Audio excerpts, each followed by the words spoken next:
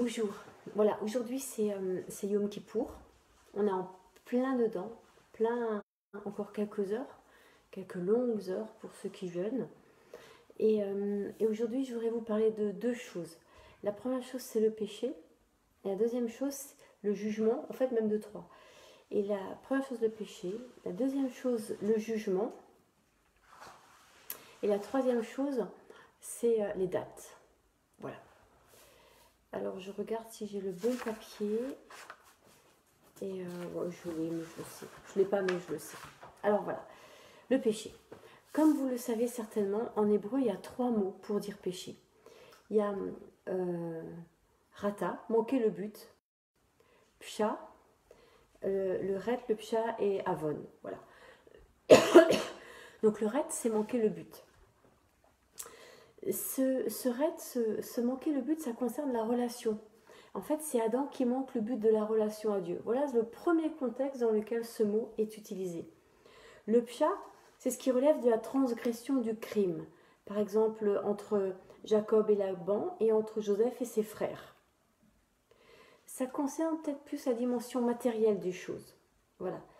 Et l'avon, ah oui, l'avon, c'est la perversité, la dépravation. C'est Caïn. Au fond, c'est symboliquement, hein, c'est pas Caïn, mais Caïn représente Avon.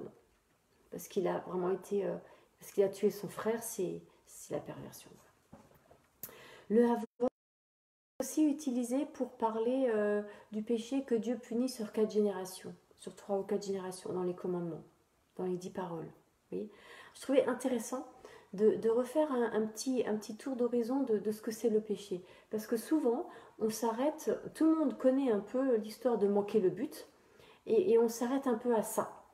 On dit voilà, j'ai manqué le but de la relation. Mais il y a deux autres mots qui parlent d'autres choses, d'autres réalités. Je peux avoir manqué le but de ma relation à Dieu et fait que j'ai manqué le but de ma relation à moi-même et à l'autre.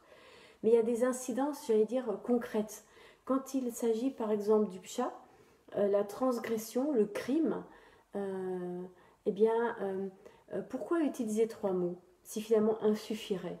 Eh bien, à mon sens, c'est aussi parce que les deux autres mots, pour les deux autres mots, eh bien, il y a une façon de réparer spécifique. Donc, la façon de réparer le psha, c'est de payer. Vous voyez, c'est ce qu'on a appelé la loi du talion, mais dans le sens un peu perverti pour qu'on ne comprend pas ou qu'on ne dit pas bien. La loi du talion, l'idée c'est que quand je commets un acte criminel à l'égard de quelqu'un, eh bien je dois le réparer. Donc par exemple, par ma faute, quelqu'un se casse une jambe. Il a pour 6 semaines de plâtre. Eh bien, ça veut dire que pendant 6 semaines, je prends sa place. Que pendant 6 semaines, je pourvois à ses besoins. C'est pas forcément que je fais un chèque et que je me débarrasse de la chose. C'est pas l'idée du texte. L'idée du texte, c'est que pendant 6 semaines, cette personne qui a subi un dommage à cause de moi, et c'est assez rare quand même que quelqu'un subisse un dommage à cause de moi sans qu'il y ait au moins un peu de colère. Vous voyez, quand on tape, quand on fait du mal à quelqu'un qu'on n'aime pas. Et c'est cette dimension-là qui est intéressante dans la Bible parce que tout d'un coup, c'est la double peine finalement. Parce que non seulement j'ai blessé quelqu'un, mais en plus je dois réparer. Mais je l'aime pas. Donc je dois passer du temps avec quelqu'un que j'aime pas. Et c'est un peu ce que Yeshua a dit aussi. Si quelqu'un te prend ton manteau, donc c'est pas quelqu'un que je vais aimer puisqu'il me prend quelque chose, eh bien donne-lui aussi ta chemise. Si quelqu'un te demande de l'argent, donne-lui le double. Si quelqu'un te demande de faire 1 000 avec lui, fais-en 2.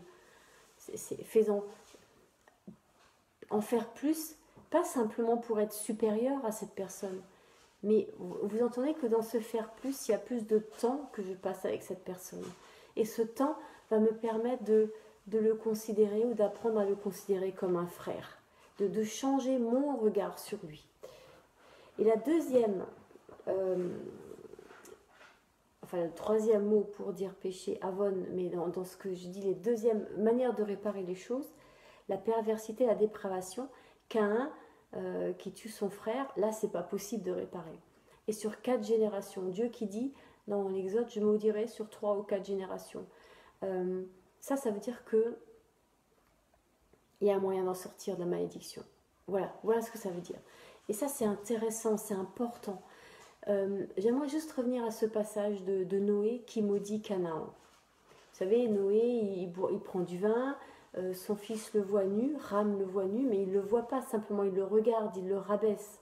Il appelle ses frères viennent à reculons recouvrir la nudité de leur père. Et quand Noé se réveille et qu'il apprend ce que son fils a fait, il maudit son petit-fils. Simplement, la malédiction de Dieu n'est pas son dernier mot. Et de fait, Canaan est maudit, et quelques chapitres plus loin, Dieu envoie Abraham où? En Canaan. Il y a un jeu de mots.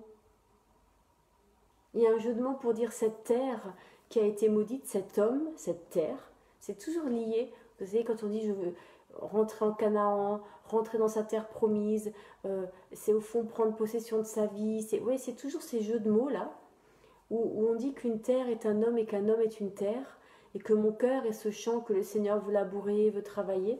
Eh bien, là, on ne peut pas réparer. Par contre, on peut être délivré de la malédiction. Vous voyez comme c'est différent. Autant pour le pshat, je peux faire quelque chose. Je suis même invitée à faire quelque chose. Mais parce que ça relève de la relation à l'autre. Pas du fait de payer ou de donner de l'argent ou de réparer. Mais de passer du temps avec l'autre. Donc ça va me coûter, mais autrement qu'en argent. Ça va me coûter en relation, dans cette dimension-là, de changer de regard sur l'autre. Là, dans Avon, c'est ce regard-là, il est plus changeable de cette manière-là. On est déjà plus loin. On est dans la délivrance. Caïn, il a besoin d'être délivré de lui-même, du péché, de la mort, pour retrouver une manière juste de relationner avec l'autre. Et du coup, il va passer à Pshat et apprendre à relationner, à réparer. Vous voyez, tout ça relève de la réparation. C'est intéressant comme le mot péché est lié à la réparation. Et le ret, c'est manquer le but de la relation à Dieu. Là aussi, c'est réparable. Et aujourd'hui, Yom Kippour parle de cette réparation. Et la première chose, et j'en arrive à mon deuxième point, qu'on est appelé à faire pour réparer, c'est ne pas juger. Et c'est ça que ce jour rappelle. Yom Kippour, c'est l'Éternel qui juge. Et ce jugement est coloré de cette espérance qu'Hachem écrive ton nom dans le livre de vie. Voilà quel est le jugement de l'Éternel. Et voilà pourquoi les 10 jours redoutables qu'on vient de passer, eh bien, comme ils ont cette perspective-là, finalement, ce jour redoutable, terrible et redoutable, est coloré autrement. Parce qu'il va être coloré du fait que l'espérance que ton nom soit inscrit par Hachem dans le livre de vie. Et tout ça nous ramène à une personne, Jésus Yeshua, qui rentre dans le temple. Et ça, c'est dans Hébreu. C'est Paul qui va développer tout ça dans l'Épître aux Hébreux. Et dire, mais voilà, le grand prêtre faisait ses sacrifices, et aujourd'hui, les Juifs orthodoxes font encore caparotte avec le poulet, on fait des dons, on donne de l'argent. Et là où le texte biblique invite à aller beaucoup plus loin que donner de l'argent, mais à avoir des liens, des relations. Et d'ailleurs, avoir des liens, des relations, c'est d'autant plus intéressant qu'en Israël, ils sont dans ce paradoxe de ne pas pouvoir avoir de relations puisqu'ils sont confinés chez eux. Mais justement, c'est comme si Dieu mettait le doigt pour qu'on s'interroge sur quelles sont les relations qu'on a. Comment est-ce qu'on relationne entre croyants? Alors déjà, rien qu'au sein de nos propres familles, j'allais dire, les juifs entre eux, les chrétiens entre eux, comment ça relationne? Et puis de voir que, est-ce qu'on est frères et sœurs? C'est quoi cette fraternité? Est-ce qu'elle n'est pas à interroger? Parce que parfois j'ai l'impression que quand même on s'utilise juste les uns les autres pour exister. Et pour que nos œuvres, pour que ce qu'on fait, nos ministères portent du fruit. Mais l'autre n'est pas là pour que mon ministère porte du fruit. L'autre est là d'abord pour que je le rencontre et que se passe quelque chose. Et après, eh bien peut-être oui, on peut collaborer ou faire un bout de chemin ou faire un truc ensemble. Mais l'objectif premier, c'est pas que mon ministère porte du fruit. Jésus s'est jamais préoccupé de son ministère. Jésus s'est jamais préoccupé de son ministère.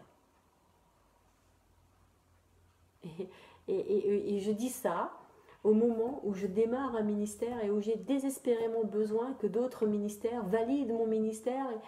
Et c'est faux. C'est juste complètement faux. C'est pas biblique. C'est pas ce que Dieu veut. C'est pas comme ça que Dieu voit les choses. Et du coup, c'est pour moi très fort de démarrer quelque chose et de devoir reculer. Et de devoir pas chercher à faire des connexions, des machins, à me faire bien voir par les uns ou par les autres, mais à rester centré sur ce que je dois faire et sur le message que je suis appelée à porter. Et c'est, franchement dit, c'est pas drôle. C'est pas drôle de commencer comme ça, parce qu'on a juste envie de dire, c'est vrai, confirmez-moi que je suis dans la bonne voie. Et non, demande pas ça aux gens. C'est pas ça que je te demande. Donc voilà, ça c'est une petite mort à moi, ça c'est fait.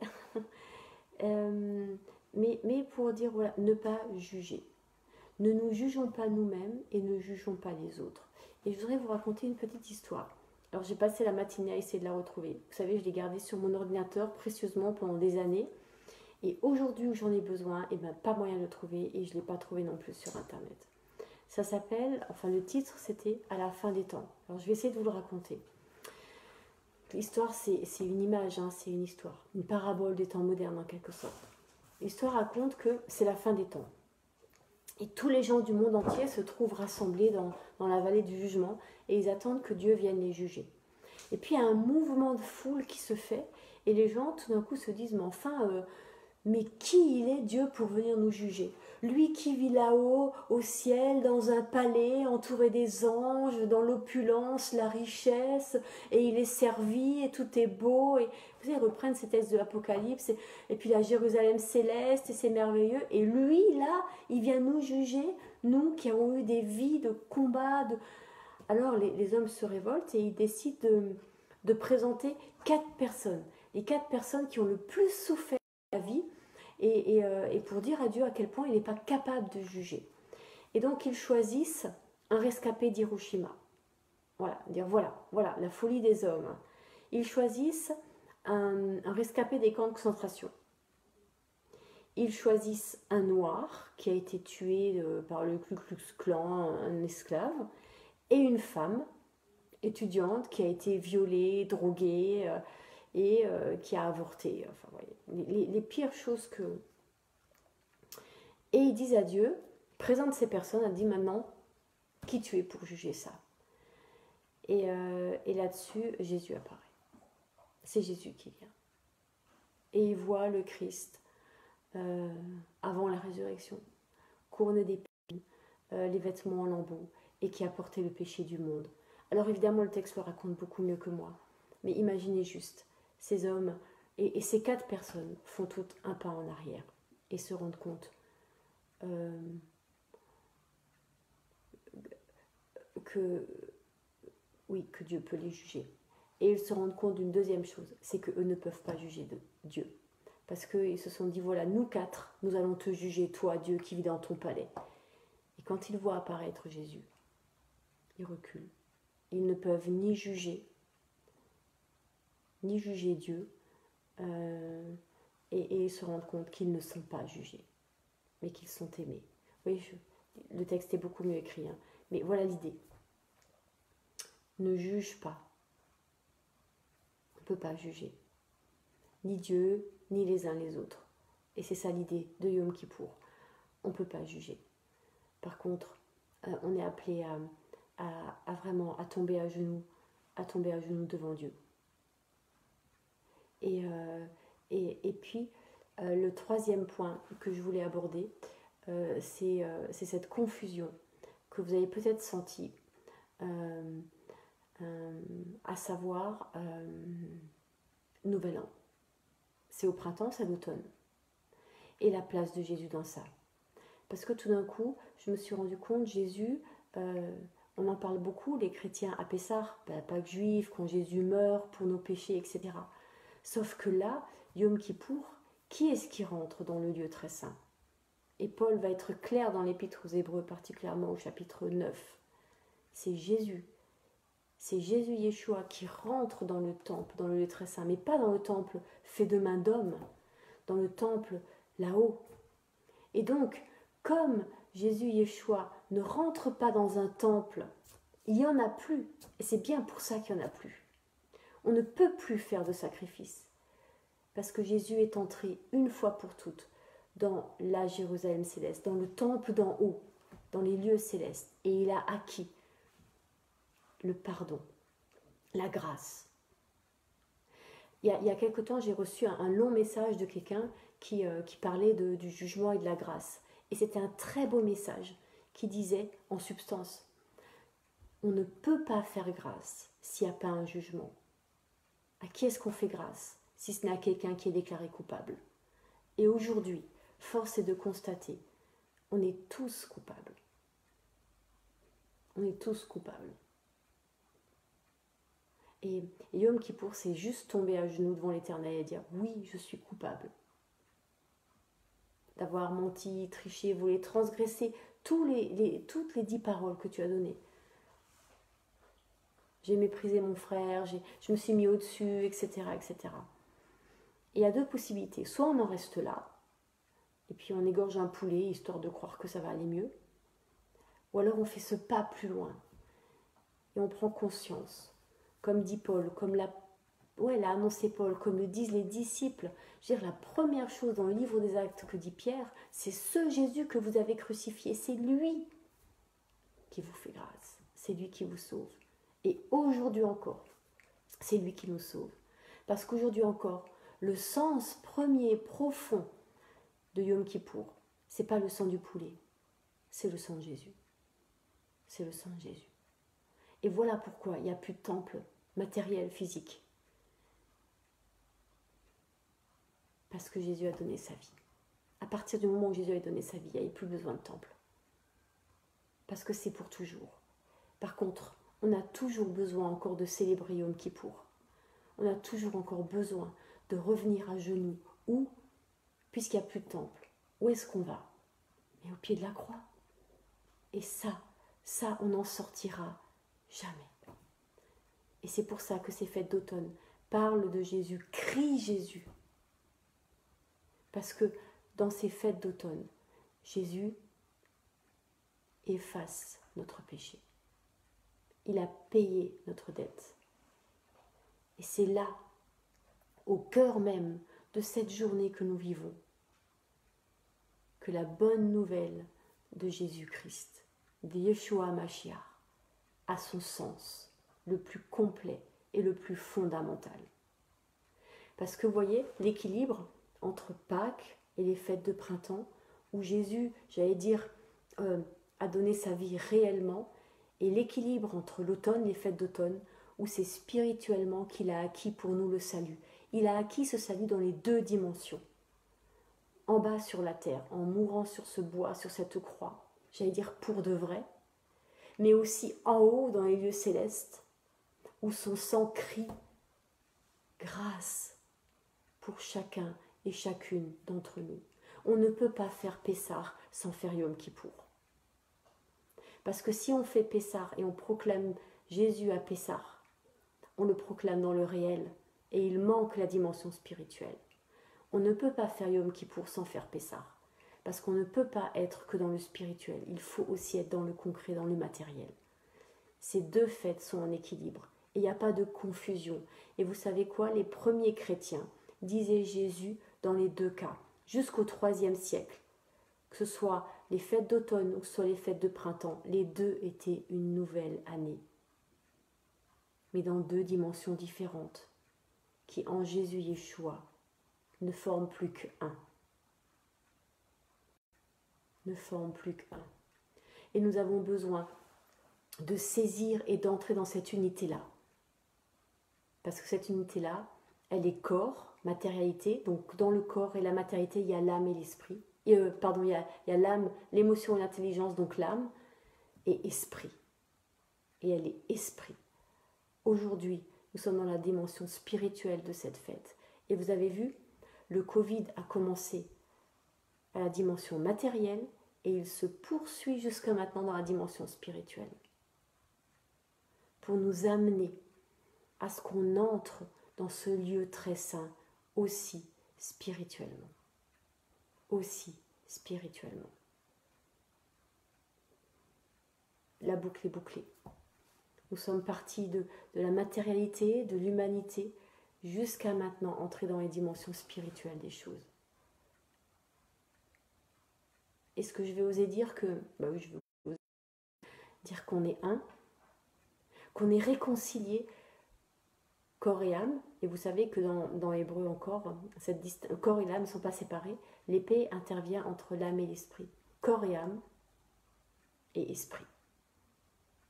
Mais réconciliés par le sang de Jésus Yeshua, qui a acquis pour nous la grâce du pardon.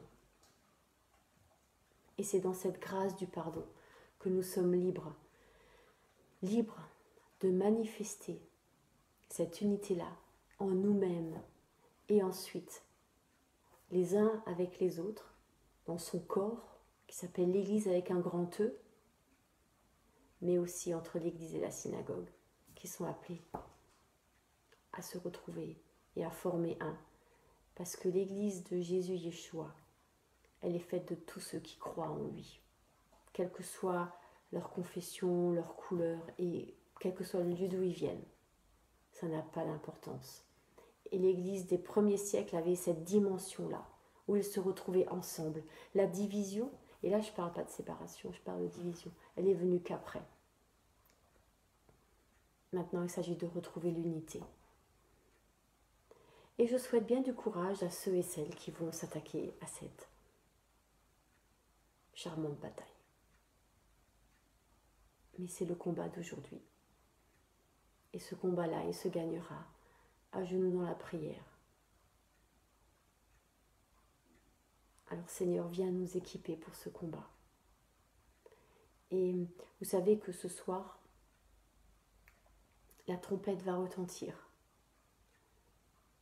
Et après que la trompette est retentie, dans les synagogues, mais pas en Israël, mais ils peuvent le faire dans les maisons, eh bien le père de famille ouvre son talit et toute la famille vient se réfugier sous le talit.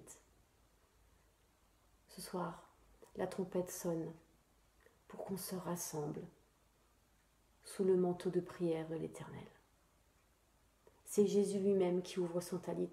N'est-il pas celui qui a dit « Combien de fois j'ai voulu te rassembler, comme une poule rassemble ses poussins, et vous n'avez pas voulu » Alors qu'on puisse entendre aujourd'hui l'appel de Jésus Yeshua qui ouvre son talit et qui dit « Venez vous réfugier sous mes ailes, venez vous réfugier sous mon sang, car là est la vie et l'éternité. »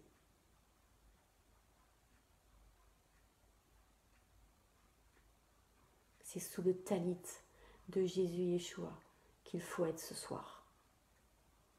Et c'est ça, à mon sens, le sujet de prière de notre génération, de notre époque.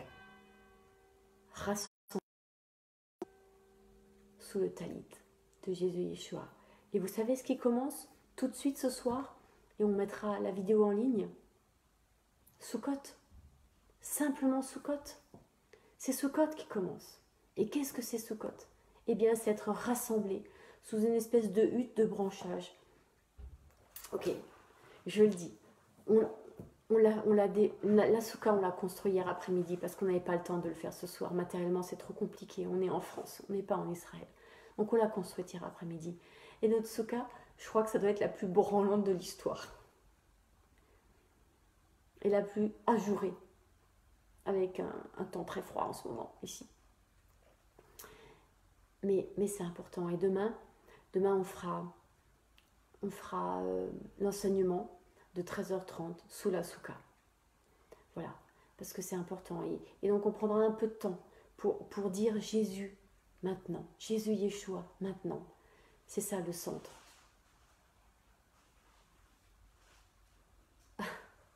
C'est la cloche de l'église à côté qui sonne. Voilà, c'est ça qui compte maintenant. Tout s'arrête pas avec Yom Kippour, tout s'arrête pas ce soir. Vous voyez, le talit est là, est ouvert, et paf, on bascule dans Sukkot. Et Sukkot, c'est quoi? Eh bien, on en parlera demain. Demain, on parlera de ce que c'est Sukkot.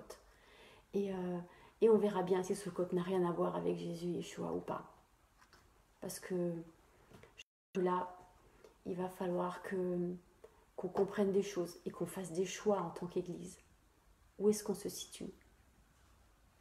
Est-ce qu'on va faire le choix, l'Église avec un grand E, hein, de se situer dans ses racines juives et de revenir à sa véritable identité?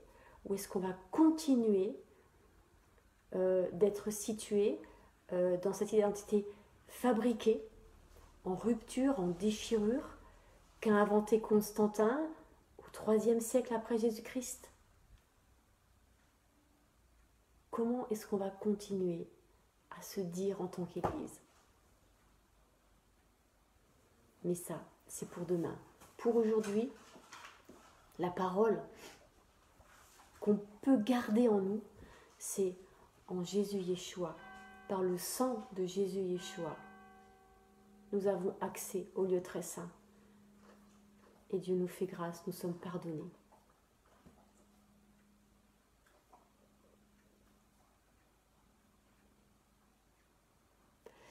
Alors, une question. Sukkot commence déjà. Oui, Sukkot commence déjà. Pourquoi nous en parle-t-on un peu plus tard au niveau des fêtes? Mais au niveau de quelle fête? Normalement, dans le judaïsme, Sukkot, ça démarre maintenant. Et il faut que la question soit plus précise. Eh bien, écoute, à demain. Et puis, j'expliquerai demain. Je répondrai à la question demain. Voilà, comme ça, vous chercherez un peu et je répondrai mieux à ta question demain. Allez, demain, 13h30. Et n'oubliez pas, ce soir, quand la trompette sonne, Jésus ouvre son talit et il est temps de venir. Jésus Yeshua, pardon, ouvre son talit et il est temps de venir se réfugier sous ses ailes, à l'abri de ses ailes. Tiens, c'est dans les deux. C'est dans le Nouveau Testament et c'est dans le Premier Testament. Soyons, réfugions-nous à l'abri de ses ailes. Soyez bénis. À demain.